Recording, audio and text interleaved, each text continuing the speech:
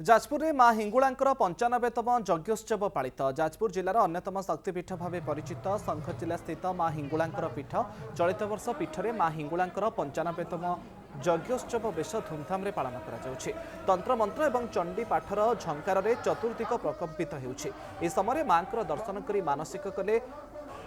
मानसिक पूरण हुए बोली विश्वास रही। तेणु मां आशीष लाभपाई दूर दूरांतर छुट्टी आसी श्रद्धालु एसत लोके मैंने मीना बजार मजा ने 6 दिन धरी चलने मां हिंगुलांकर ए पूजा उत्सव आसंता 16 तारिख में शेष हो।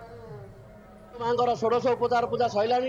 बर्तमान भक्त मान शिव छुटिला भक्त मान जहाँ मानसिक बड़ सिंगार बेश स्वर्ण चिता जे जार मानसिक अच्छी घोड़ा चढ़ेवा इत्यादि इत्यादि कार्य सब व्यस्त अच्छा ये मानसिक यात्रा बहु लोक जी जो प्रकार मानसिक मनासी थाए से प्रकार से फल पाती तेणु ओडिशा किंबा ओडिशा बाहर एठा भक्त मान धाई आसी था आमे जो मानसिक रखिक आसु से मानसिक भी पूरण माँ आज आज माँ